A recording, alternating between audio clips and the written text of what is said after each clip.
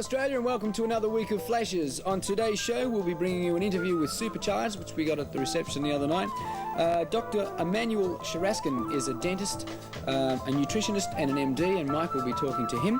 Ted Nugent will be along, and also Michael subjects himself to the needle of a tattooist, which is all quite interesting, and we've bandaged him up, but he's just about okay now.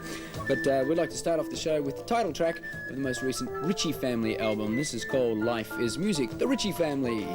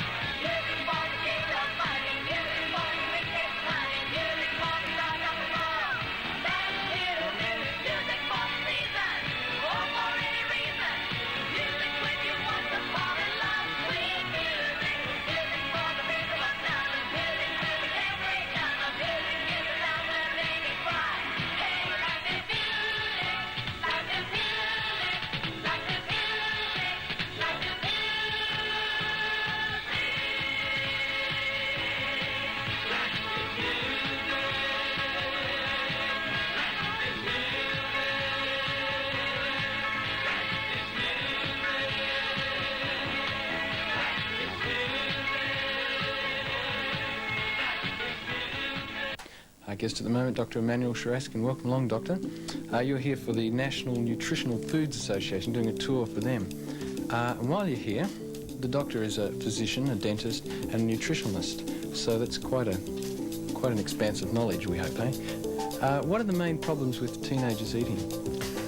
Oh, there are many, too many really to mention in any reasonable sequence. I suppose the single biggest one in Australia is the sugar intake. Right. The average youngster takes about 120 pounds per person per year, which is a teaspoon of sugar every 30 minutes around the clock. Wow. And these are averages, meaning obviously some are taking more since others are taking less. And what is all that sugar doing to the body? Well, it's involved in everything from the common cold to cancer, and certainly very, very intimately related to emotional behavior, ranging from juvenile delinquency up and down the line. Wow. And it's very easy to get lots of sugar. Right, we've got an example of this right here on the desk in front of us. The doctor has just shown us, by means of these tumblers, the intake of sugar for a lifesaver. This is just one lifesaver, or is it? One lifesaver, that's a third of a teaspoon of sugar, which isn't very much, but people who take lifesavers take them all day. I know, if I ever buy a packet, I usually just sort of sit there and eat the whole packet. golly. A stick of gum has a half a teaspoon of sugar. Once again, people don't chew one stick. Right. A meat pie has about 4 to 6 teaspoons of sugar. Well, I'm spared that one. Beer, about 5 or 6 or 7. Right. Coca-Cola has about 6 or 8. Any soft drink. Any cola drink, yes. I think the most exciting one is the pie a la mode, a piece of scoop of ice cream and a piece of pie. It has 17 teaspoons of sugar. You would never think of eating that, and yet that's what's in a piece of pie a la mode. So anyone who's just had a piece of pie with a scoop of ice cream for lunch, take a look at that and realise what you've done.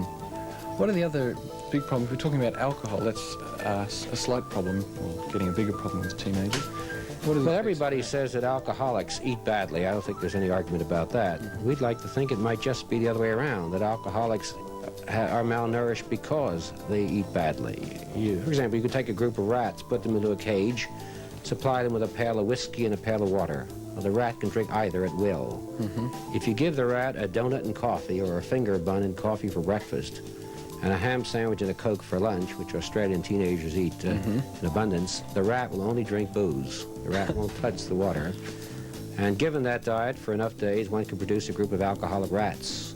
It has no relationship to whether the rat's mother's an alcoholic or whether the rat's old man showed up last night. You can produce regularly a bunch of drunken rats. Now you're stuck with a bunch of drunken rats. If you now feed them just the opposite of what the average Australian teenager eats, namely a low sugar and refined carbohydrate diet, a high starch, relatively high starch, medium protein, and high vitamin and mineral diet, the rats get turned off on whiskey and start drinking water. Is this because there's something in the whiskey that they need to? It is something that they think will be satisfied by drinking whiskey. They develop low blood sugar, and whiskey is a fix, or at least an alleged fix, except it obviously doesn't work. So that people then turn to coffee, which is a fix, like whiskey, or they turn to cigarettes, or they turn to drugs, or they turn to some other candy bars or other... Of those drugs, the fixes you're talking about, which do you think are the worst? Do you have a sort of scale of...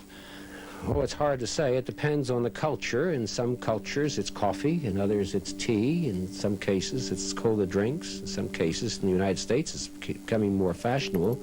Alcohol is becoming very fashionable as a fix. Youngsters in grammar school are drinking beer on the way to school. So it varies with the time and the culture, but they're all equally devastating. That's the important thing, and of course, not at all what teenagers should be taking. All right. Okay, well, thanks very much for talking to us today, Doctor. And those of you who are interested, the Doctor is doing a tour, and there's a book, Psycho-Dietetics, which you might be interested in reading, which covers a lot of this area.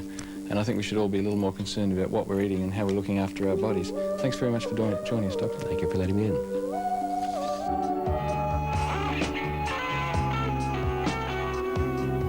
Flashez, Sitmar Cruises and Festival Records want you to celebrate our birthday by entering our month-long Flashez birthday competition. It's easy and the prizes are great.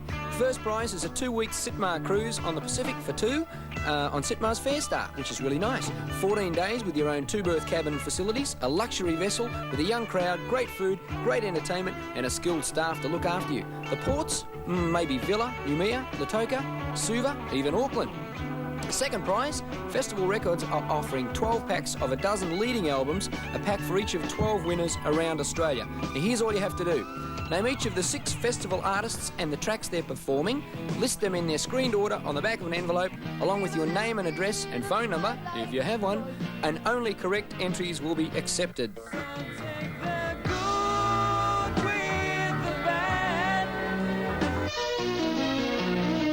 Remember the days of the old schoolyard. Don't play on the side of the road. But then again, I'll just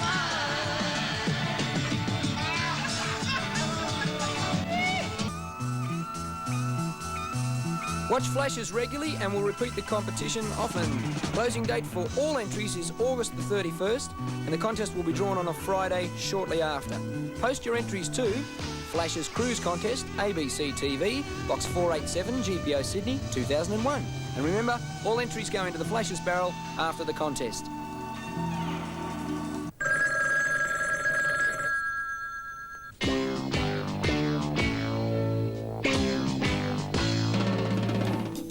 Hello there. Hello, Michael. Hi there. Have you ever seen how many actual pictures I of know. the opening? Somebody's broken our barrel. Oh, who's the culprit? Good heavens. Oh, sorry. Someone broke my finger. I'm never going to eat any sugar again. Are you? No. No, not after that. Terrible, isn't it? Yeah, can you imagine sitting down to a glass of sugar? Oh, yuck. I've given up sugar, actually. Talking about phones, we have Carol Gordon on the phone. Carol comes from Enfield. Hello, Carol. Hello. How are you? Good, thank you. You've requested Ted Nugent today. Yes. Well, we've got a track for you called Just What the Doctor Ordered. Oh, great. You like that one? Yes. Well, I haven't seen him perform yet. I've heard a lot of his albums, though. Right. Been dying to see him. Yeah, great guitar player. Well, my husband's one too, so I've got to be a fan. Your husband's a guitarist? Yes. Oh, is he? Yes. Does he play professionally? Yes. Oh, which band? Shotgun. They're a Sydney band, are they? Yes. They play in clubs. Oh, yeah? Yes. Oh, I must get out and have a look one night. Yes. All right. Listen, Mike would like to say hello. Okay. Here he is. Shotgun. Hi there. Hi. Oh, Carol, Pardon? I am but a fool. Darling, I love you. How you going? We're going to send you some albums. Yeah, it was great. You watch Flashez a lot, do you? Oh, every night. That's great. That's wonderful. Oh, the Ritchie Family, an album called African Queens. That's a new one, see, because it hasn't even got a record in it yet. Well, there you go. We'll put one in, though, before we send it to you. SUPERCHARGE album Horizontal Refreshment, Oh, great. which has a strange cover. And another strange cover is Ted Nugent's Cat's Scratch Fever. Oh, terrific. So the rest of that cover's pretty interesting. And I'll hand you back to Ray now. Good, thanks. Bye. As well as that, Carol, we'll send you our $30 credit voucher for a pair of Levi's. Terrific. All right. Yes. We're going to draw some letters out for our home viewer. I might go down the bottom of the barrel today. Right, Sort of well, like I'll give you a yell when you're down there. I've got Karen Mitchell of Gerringong. Is it Gerringong? Fair enough. Well, it's near enough. Yes, it is. Jerry gone. And I've got Wendy Ogston from Narrowena, 2099, New South Wales. All right. For those two people, we'll send you those albums as well. And for Carol, here's Ted Nugent and Just What the Doctor Ordered. Bye. Bye. That was Ted Nugent lying on his back there on the floor playing guitar, in case you didn't realise which one of the band that he was. And we'll hope to bring you some more Ted Nugent as soon as we get it. Right, just a reminder that if you'd like to write in and request anything on the line, somebody that you haven't seen, send it into Flashez ABC TV, Box 487, GPO Sydney, 2001. Put your name, address and telephone number on the back along with your request. Okay, I was reading a book over the weekend, which I read in 2 days, which I'd suggest if anyone is interested in world affairs that they read. The book purports to be the truth. If it is, then we've got some very sick people in the world. It's called The Confessions of Idi Amin, and it's supposedly taken from actual tapes and actual contents of his own diary. And it's a bizarre book and really, it's horrific. So for anyone with a weak stomach, I wouldn't suggest that you read it, but it's very interesting reading.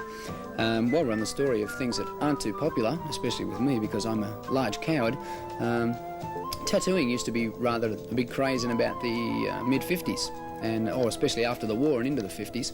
And Mike went along and visited a local tattoo parlour to see how business was today. So how long have you been a tattooist, Wally? I've been involved with tattooing for about 30-odd years. How does one learn to be a tattooist? Just pick it up from someone who knows? It seems to be the only way is to be taught by someone with lots and lots of experience. Well, the actual tattooing, is it painful? Depends on the person. Everybody feels pain in a different manner. Right. What hurts one person won't hurt another. Right, this one so far, we've just got the transfer there, right? This is just a transfer so far you've put on me? That is just a transfer, a pattern for us to follow. So it's just done with the jabbing, isn't it, the needle? The electric needle, it does 3,000 or 4,000 revs a minute. It just penetrates the skin. It doesn't go completely right through the skin. And it's not really all that painful. Right, what sort of dyes are used? We don't use dyes, we use a pigment. A pigment is a solid particle.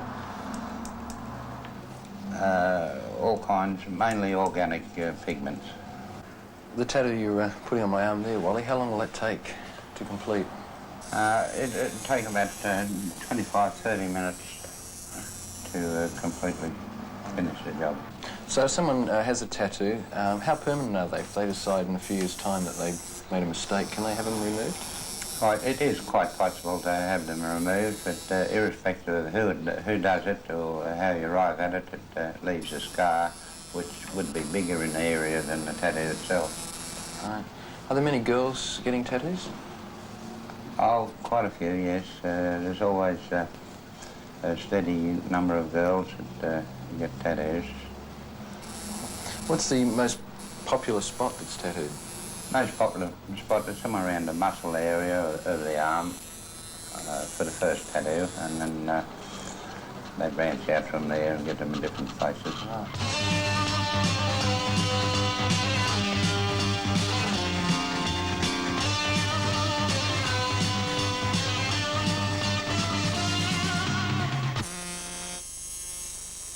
What about the age limit? Yes, there is a legal age of 18 years for persons to get tattooed. Right. The traditional sort of stories we hear of tattoo is someone who has a few too many to drink and then wanders in and gets mother tattooed on his arm. What about people who come in, say, intoxicated? No, that's some kind of an old wives' tale. Right. We don't go along with that. And what's more, we don't serve drunks.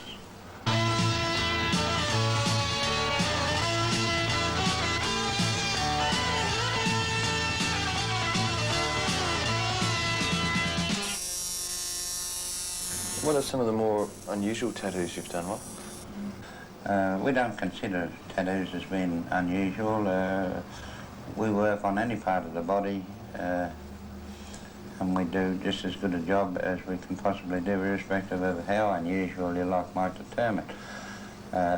We don't do faces, we leave that out because they don't appear to be accepted by the community. Anything that's a little bit kinky we don't really concentrate on. Are there any that you've refused to do? Any designs, say, that you've... Well, we have 2,000 or 3,000 designs on the wall here, and we're quite prepared to do anything you can find in the shop. But if you turn up with something that's rude, obscene, or something else like that, it just won't be done.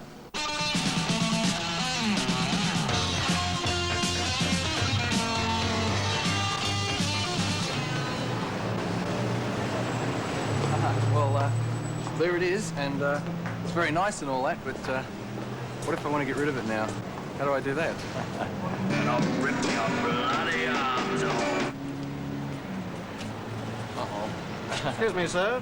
Yes, Mr. I'm Clark. afraid I'm going to have to disarm you. Sorry about that. You. Well, I guess I'll find a second-hand shop now.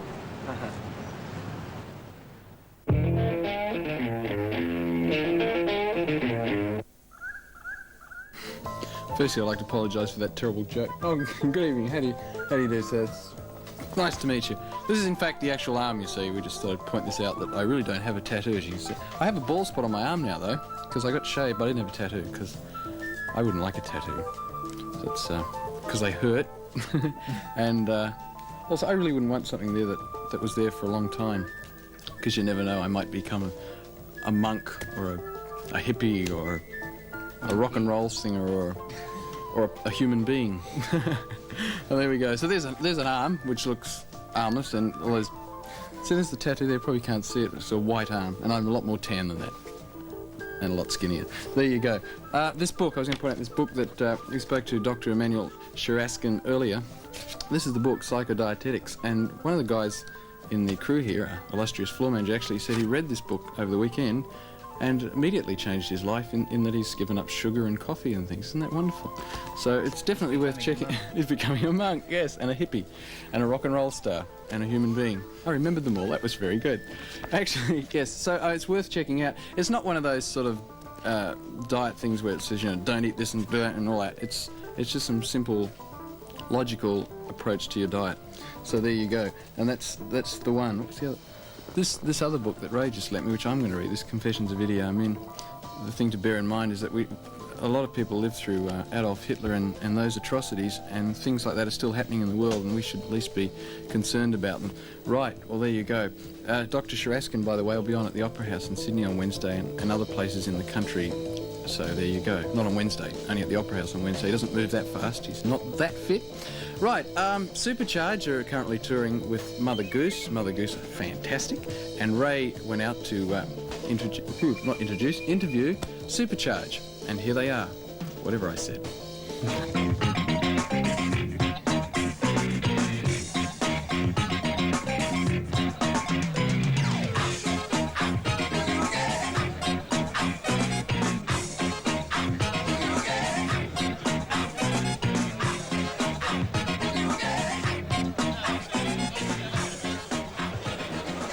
A band called Supercharge has been tearing Australia apart with a single called Get Up and Dance. We caught them at the Crazy Horse in Sydney, put on by Festival Records. I don't know if it's a play on words about the place that they bought the band to, but we're about to find out. The Reverend Alan Gaskell and Albie Connolly from the band. Excuse me. Sorry. Excuse me, gentlemen. We'd just like to ask you a little bit about Supercharge because some of Australia don't know too much about it. The single Get Up and Dance was construed by a lot of people to be a disco record. That doesn't mean the band's a disco band. No, the band definitely isn't a disco band. I mean, in fact, Get Up and Dance was done as a parody of Casey and the Sunshine Band. And it's almost as bad as some of their other records. By all means. No, I mean, Thank you, Reverend. It's also a good disco record, but I wouldn't actually judge the band by that particular song, even though it appears to be very successful here. So the band would probably be classified as a rock-funk band. Yeah, I'd say so, yeah. About the two albums, Local Lads Make Good. What were your thoughts about the album? Which were your favourite tracks? Well, my favourite track is She Moved the Dishes First. But nobody plays that for some reason, do they? No, but... it's a bit naughty. I can't understand It's a bit naughty. why. Bit naughty. Not dirty. Naughty. And I like Only You, and I like Get Down Boogie, which is our next single. Right, we had both the albums here released pretty well close together because Get Up and Dance was on the first album, and virtually as soon as that took off, the other album was released as well. Yeah, I think it was just that they didn't think that the first album was going to take off, and now that it has done, it's unfortunate or fortunate, depending on if you like the records, that they're both out at the same time. But the second album is a totally different direction again. You know, it's a bit more musical, I think, the second album. Right, that's Horizontal Refreshment. Now, which is the majority of the material that you do on stage? A cross-section of both albums or mainly from the last one? It's a cross-section of both. OK, we got reports from Adelaide that the concert was incredible over there. Apparently you blew the place out. Normally bands don't tour the country on the strength of one record. What was the reaction like in Adelaide? It was very good. I mean, we were all a bit tired, and we're still feeling our way with the audiences because of the funny things that we do as well. Some of them are a bit heavy, but perhaps, and we might have to change it around. Some of the stuff that we've been doing is very topical in England because there's also a heavy satire element in the band. We're used to playing mainly to campus audiences, which are fully fledged adults. Hardcore adults, yeah. And we've found that on a couple of the shows, the people have been a bit shocked by some of the things going on. But I mean, that's not our fault. The guitarist that was in the film clip, I think, sang the lead in Get Up and Dance. Ozzy has now departed. Yeah, well, he sang part of the lead. I sing that now. No, I mean, he decided, you see, in the band Supercharge, over the time it's been going, there's been about 22 different members because we swap and change. I mean, Alan was in the original band, he left, and he's come back. The Wayward Son. A Wayward Son. He's been in the monastery for a few months and he feels okay about coming back. I've given up the shark fishing and the archery, and now I'm with the boys again. Lots of fun.